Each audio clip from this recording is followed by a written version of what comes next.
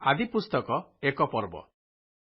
ପରମେଶ୍ୱର ଆଦ୍ୟରେ ସ୍ୱର୍ଗ ଓ ପୃଥିବୀର ସୃଷ୍ଟି କଲେ। ପୃଥିବୀ ନିର୍ଜନ ଓ ଶୂନ୍ୟ ଥିଲା, ଆଉ ଗଭୀର ଜଳ ଉପରେ ଅନ୍ଧକାର ଥିଲା। ପୁଣି ପରମେଶ୍ୱରଙ୍କର ଆତ୍ମା ଜଳ ଉପରେ ବ୍ୟାପ୍ତ ଥିଲେ। ଅନନ୍ତର ପରମେଶ୍ୱର କହିଲେ, ଦୀପ୍ତି ହେଉ, ତହିଁରେ ଦୀପ୍ତି ହେଲା। ଆଉ ପରମେଶ୍ୱର ଦୀପ୍ତିକୁ ଦେଖିଲେ ଯେ ତାହା ଉତ୍ତମ। ତହୁଁ ପରମେଶ୍ୱର ଅନ୍ଧକାରରୁ ଦୀପ୍ତିକି ଭିନ୍ନ କଲେ। ପୁଣି ପରମେଶ୍ୱର ଦୀପ୍ତିର ନାମ ଦିବସ ଓ ଅନ୍ଧକାରର ନାମ ରାତ୍ରି ଦେଲେ। ତହୁଁ ସନ୍ଧ୍ୟା ଓ ପ୍ରାତଃକାଳ ହୋଇ ପ୍ରଥମ ଦିବସ ହେଲା। ଅନନ୍ତର ପରମେଶ୍ୱର କହିଲେ, ଜଳ ମଧ୍ୟରେ ଶୂନ୍ୟ ଜାତ ହୋଇ ଜଳକୁ ଦୁଇ ଭାଗରେ ଭିନ୍ନ କରୁ। ଏହି ରୂପେ ପରମେଶ୍ୱର ଶୂନ୍ୟ ନିର୍ମାଣ କରି ଶୂନ୍ୟର ଊର୍ଦ୍ଧ୍ୱସ୍ଥ ଜଳରୁ ଶୂନ୍ୟର ଅଧସ୍ଥ ଜଳକୁ ଭିନ୍ନ କଲେ। ତହିଁରେ ସେହି ରୂପ ହେଲା। ଆଉ ପରମେଶ୍ୱର ସେହି ଶୂନ୍ୟର ନାମ ଆକାଶମଣ୍ଡଳ ଦେଲେ।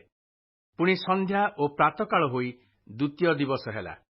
ଅନନ୍ତର ପରମେଶ୍ୱର କହିଲେ, ଆକାଶମଣ୍ଡଳର ଅଧସ୍ଥ ସମଗ୍ର ଜଳ ଏକ ସ୍ଥାନରେ ସଂଗୃହୀତ ହେଉ ଓ ସ୍ଥଳ ପ୍ରକାଶ ହେଉ। ତହିଁରେ ସେହି ରୂପ ହେଲା।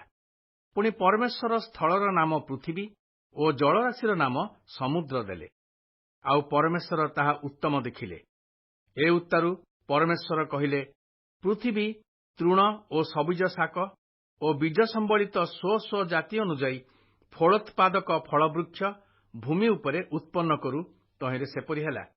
ଅର୍ଥାତ୍ ପୃଥିବୀ ତୃଣ ଓ ସ୍ୱ ସ୍ୱ ଜାତି ଅନୁସାରେ ବୀଜୋତ୍ପାଦକ ଶାକ ଓ ସ୍ୱ ସ୍ୱ ଜାତି ଅନୁସାରେ ସବୁଜ ଫଳୋତ୍ପାଦକ ବୃକ୍ଷ ଉତ୍ପନ୍ନ କଲା। ପୁଣି ପରମେଶ୍ୱର ତାହା ଉତ୍ତମ ଦେଖିଲେ। ତହିଁରେ ସନ୍ଧ୍ୟା ଓ ପ୍ରାତଃକାଳ ହୋଇ ତୃତୀୟ ଦିବସ ହେଲା। ଅନନ୍ତର ପରମେଶ୍ୱର କହିଲେ, ରାତ୍ରିରୁ ଦିବସକୁ ପୃଥକ୍ କରିବା ନିମନ୍ତେ ଆକାଶମଣ୍ଡଳରେ ଜ୍ୟୋତିର୍ଗଣ ଉତ୍ପନ୍ନ ହେଉନ୍ତୁ। ପୁଣି ସେ ସବୁ ଚିହ୍ନ ଓ ଋତୁ ଓ ଦିବସ ଆଉ ବର୍ଷର କାରଣ ହେଉନ୍ତୁ। ଆଉ ପୃଥିବୀରେ ଆଲୁଅ ଦେବା ପାଇଁ ଆକାଶମଣ୍ଡଳରେ ସେହି ଜ୍ୟୋତିର୍ଗଣ ଥାଆନ୍ତୁ। ତହିଁରେ ସେପରି ହେଲା। ଏହି ପ୍ରକାରେ ପରମେଶ୍ୱର ଦିବସରେ କର୍ତ୍ତୃତ୍ୱ କରିବାକୁ ଏକ ମହାଜ୍ୟୋତି ଓ ରାତ୍ରିରେ କର୍ତ୍ତୃତ୍ୱ କରିବାକୁ ତାହାଠାରୁ ସାନ ଏକ ଜ୍ୟୋତି, ଏହି ଦୁଇ ମହାଜ୍ୟୋତି ଆଉ ମଧ୍ୟ ତାରାଗଣ ନିର୍ମାଣ କଲେ।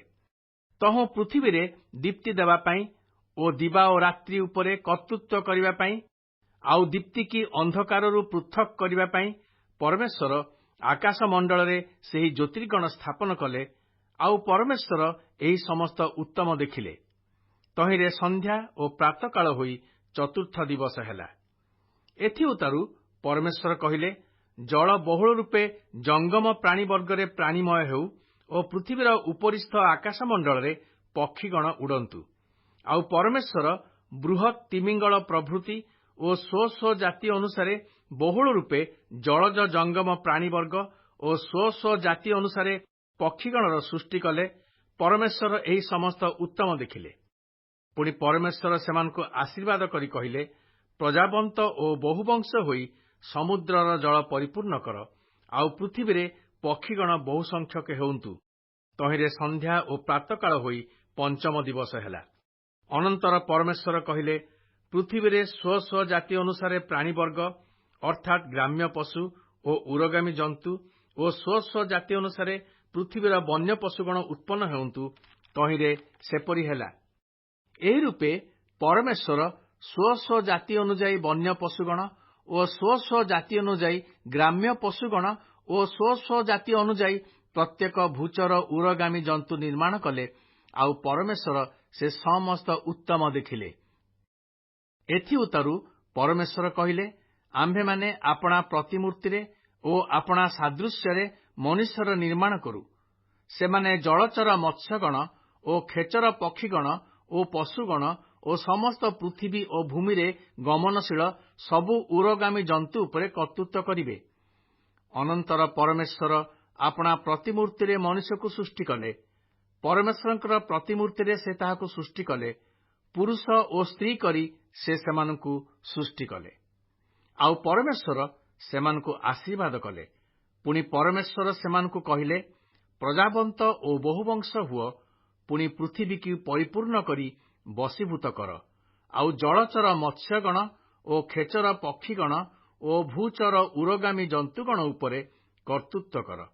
ପରମେଶ୍ୱର ଆହୁରି କହିଲେ, ଦେଖ, ଆମ୍ଭେ ଭୂମିସ୍ଥ ସବୁ ସବୁଜ ଶାକ ଓ ସବୁ ସବୁଜ ଫଳଦାୟକ ବୃକ୍ଷ ତୁମ୍ଭମାନଙ୍କୁ ଦେଲୁ, ତାହା ତୁମ୍ଭମାନଙ୍କର ଖାଦ୍ୟ ହେବ।